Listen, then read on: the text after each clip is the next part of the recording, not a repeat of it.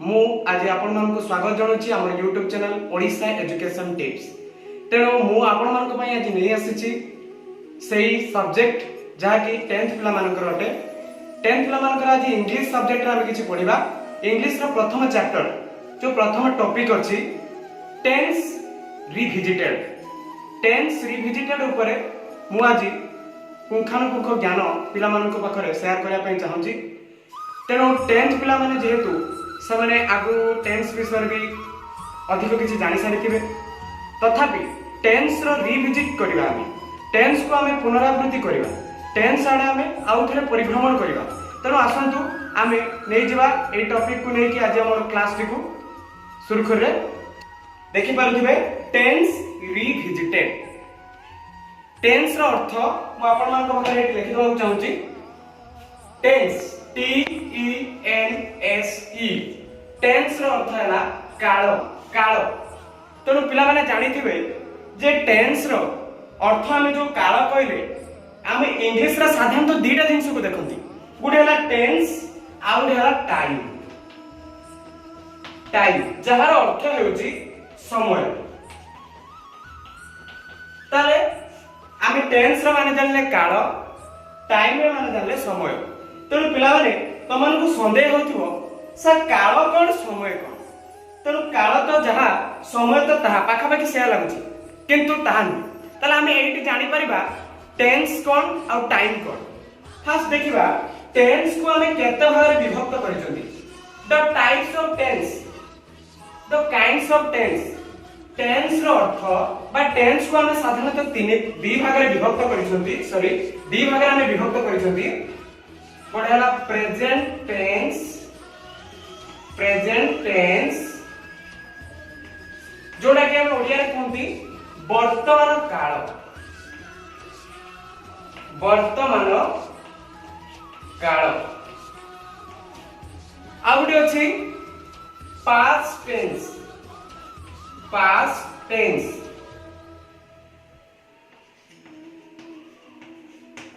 लने देखि पारुथिबे black board को। Past tense अतीत काल। ताले आमे लेखिले प्रेजेंट टेंस, पास्ट टेंस, किंतु हम एडी फ्यूचर टेंस लिखि परिबा नाही, कारण टेंस दुई प्रकार रो। सेथि पई टेंस रो अर्थ होची काल, टाइम रो अर्थ होची समय। तेनु हमें टाइम को हमें साधारणतः केते भाग विभक्त करछन? द काइंड्स ऑफ टाइम बा the types of time. Time को साधारणतः हमें तीन भाग विभक्त करछंती। गोटे हला प्रेजेंट टाइम, आ गोटे होची पास्ट टाइम, आ गोटे होची फ्यूचर टाइम। ताले एउडी पिला माने तमे निश्चित होई सारिथिबो जे टेंस और टाइम भीतर फरक ता कोन। टेंस होची हम साधारणतः तार प्रकार भेद को हमें दी भाग रे ताको भाग करिसथि। गोटे हला प्रेजेंट टेंस वर्तमान काल, पास्ट टेंस अतीत काल, टाइम को हमें तीन भाग रे विभक्त करछथि। गोटे हला प्रेजेंट टाइम जोटा होची वर्तमान समय, पास्ट टाइम जोटा होची अतीत समय, फ्यूचर टाइम जोटा कि आपनकर भविष्यत समय। तेनु आमे वर्तमान पढिबा टेंस। टेंस को हमें पुनरावृत्ति करिबा। तेनु हमें टेंस विषय ही पढिबा। का विषय पढिबा ना टेंस विषय पढिबा। तेनु प्रथमे आपण देखि पारुथिबे एठी veg of expressing the present time. ताले टेंस भीतर तमने भाबुथबो एठी टाइम काहे कि इंक्लूड करा गला। टेंस भीतर टाइम को काहे कि इंक्लूड करा गला? ताले हमें पर्टिकुलर मीनिंग जदी देखिबा प्रेजेंट टेंस और प्रेजेंट टाइम सेम वे, दीटा जाक समान। प्रेजेंट टेंस और प्रेजेंट टाइम, किंतु हमें आर पर चैप्टर रे बा पर पेज रे पढिबा को जाउछंती जे प्रेजेंट टेंस और टाइम रो फरक आ भीतर आपण difference between the present tense and present time अछि। तेनु वर्तमान पई हमें देखबा प्रेजेंट टेंस और प्रेजेंट टाइम इक्वल हला। तेनु हमें कोडी आसी पहुंचले जे ways of expressing the present time. हमें प्रेजेंट टाइम को किपरि एक्सप्रेस करिबा हला। वेज कोची आपण माने जानि परथुवे वेज माने रास्ता गुडिको बा पथ गुडिको, ऑफ माने रो, एक्सप्रेसिंग माने सुचैबा द प्रेजेंट टाइम वर्तमान समय को आमे किपरि सुचैबा।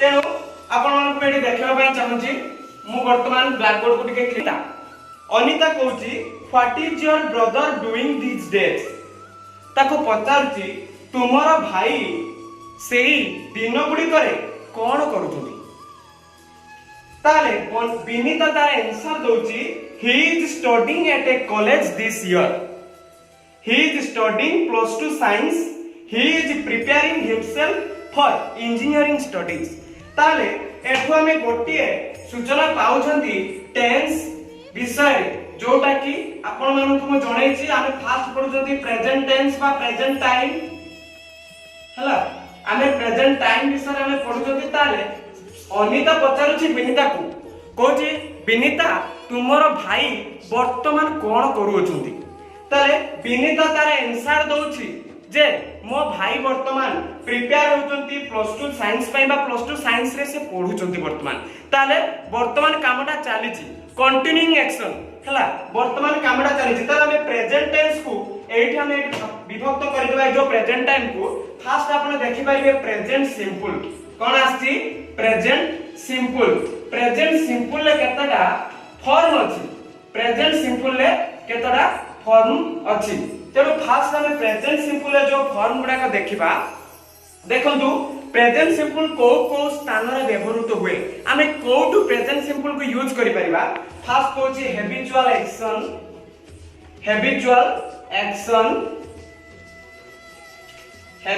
एक्शन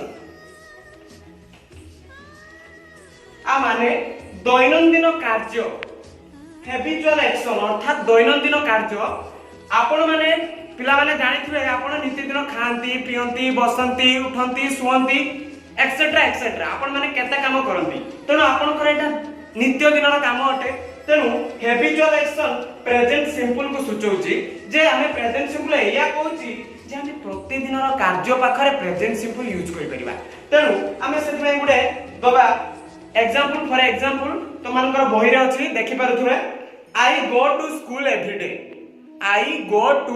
एवरी डे ताले पिला माने तो माने प्रत्येक दिन स्कूल जाओ ना स्कूल किछि दिन पुणी बंद हो जाओ तन प्रतिदिन तुम स्कूल जाओ तन स्कूल जीवाटा तुम नित्य दिन कार्य अटे तेनु सेति पई I go to school every day एटा होची हैबिचुअल एक्शन जोडा कि प्रेजेंट सिंपल ले यूज हेछि देखि पारछथि I go to school every day तो पिला माने मु तमार पाखरे गोटे क्वेश्चन रखुची मते कमेंट करी जणैबो I go to school every day अछि एठी गो हला गोस काई कि हला नाही पिला माने एठी गो हला काई कि गोज हला नाही मते कमेंट बॉक्स रे कमेंट करी जणैबो जेहेतु तुम माने 10 क्लास रे पढुचो तेनु मु तम पाखरो एही उत्तरटी आशा करूची जे I go to school every day हला काहे कि I goes to school every day हला नाही तेनु ए क्वेश्चन ता तुम पई रहिला पिला माने देखो I go to school every day तमर हे जाउची हैबिचुअल एक्शन भीतर एटा पळे जाउची कोथरे जाउची हैबिचुअल एक्शन तार आउटे फॉर्म को जिबा प्रेजेंट सिंपल लो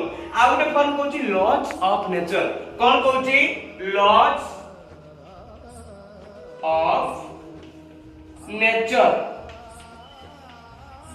पिला माने लॉज माने कोन लॉज माने नियम गुडिको नियम कानून जा कोंदी लॉज हला नियम गुडिको ऑफ माने रो नेचर माने प्रकृति तार प्रकृति रो नियम पाखरे भी हमें प्रेजेंट सिंपल यूज करि परिबा कोठी न प्रकृति रो नियम प्रकृति कोन जहा हमें न करंती भगवान करंती जा भगवान कर सृष्टि तनो सेठी हमें कोन करि परिबा ना प्रेजेंट सिंपल यूज करि परिबा तनो गोटे अछि देखो example for example the sun rises in the east कोन अछि the sun rises in the east सूर्य पूर्व दिगरे उदय होंती The sun rises in the east. कौन देखी मु ए एग्जांपल टा कोन पाखरे लेखि कि देखे दोची sun rises in the east